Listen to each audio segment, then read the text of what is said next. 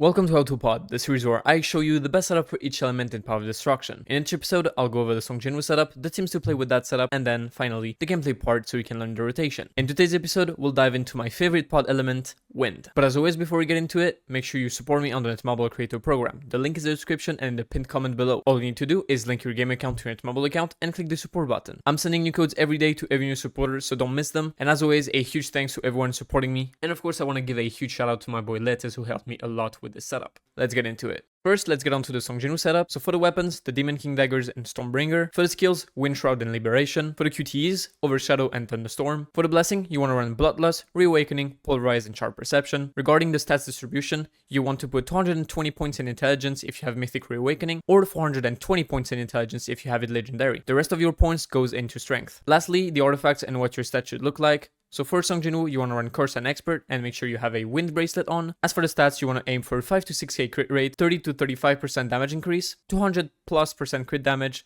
and the attack as high as possible. Now on to the teams to run with that setup. For the first team, obviously Wind team. So Mirai with 2 Curse, 2 Infamy, and 4 Expert. Goto with 4 Desire and 4 Greed. And Hansemi with Guardian and Sylph. For the shadows, Bestie, Beru, and Serbi. For Mirai's stats, make sure she has 2.5k MP for her passive, 30% damage increase, 200% crit damage, and the attack as high as possible. For Mirai's core, make sure she has the orange one on the top and the purple one on the bottom. And for Goto, it's going to be the same thing, 30% damage increase, 200% crit damage, and his HP as high as possible. For the second team, Kane with 2 Curse, 2 1-hit kill, and 4 Expert, China with Guardian and Sylph, and Essel with 8 Piece Greed. For the shadows, same thing, Bestie, Beru, and Serbi. And for Kanae, you want to focus the same stats, so 30% damage increase, 200% crit damage, and her attack as high as possible. For Kanae's core, make sure she has the orange one on the top and the purple one on the bottom as well. So I'm only going to show you the gameplay with the Wind team, but it's basically the exact same rotation with the Fire team.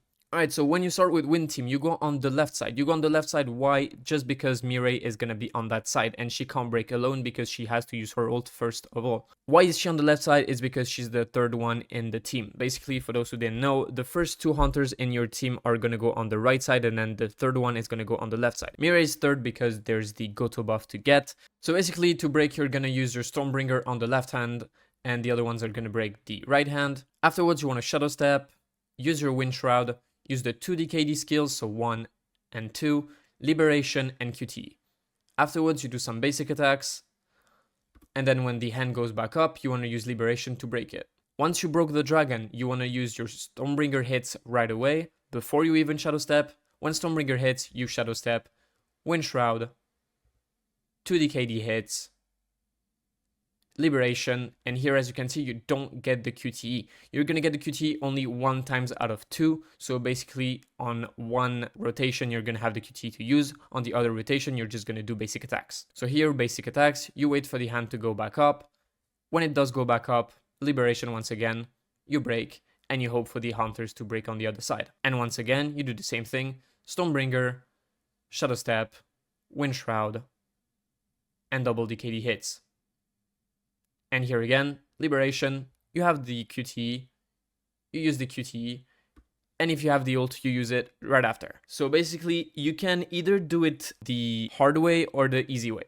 Basically, if you want to do it the easy way, you keep your ult in case your hunter don't break the other hand and you use your ult at that moment. If you want to do it the hard way, you always use your ult on the head to have more damage. And basically, just like every pod, the rotation is always going to be the same. You're going to do the same thing over and over again until the time runs out. Try not to be on the same side as your DPSs, obviously, because if Mirai and Goto are on one side, then no one's going to be able to break the other hand, so you need to be on that side. With the Fire team, it's going to be the same thing. You need to be on the other side of where Kanae is. So you need to monitor that, and if Kanae is on the left, you go on the right, and if she's on the right, you go on the left. But yeah, that's it for the rotation. Now I'm gonna leave you guys with the full gameplay with the Wind team. I got a pretty insane score, to be honest, so I hope you guys will enjoy it. And as always, if this guide helped you, make sure you drop a like, comment, and subscribe to the channel to not miss any more uploads. I'll see you guys in my next one. See ya.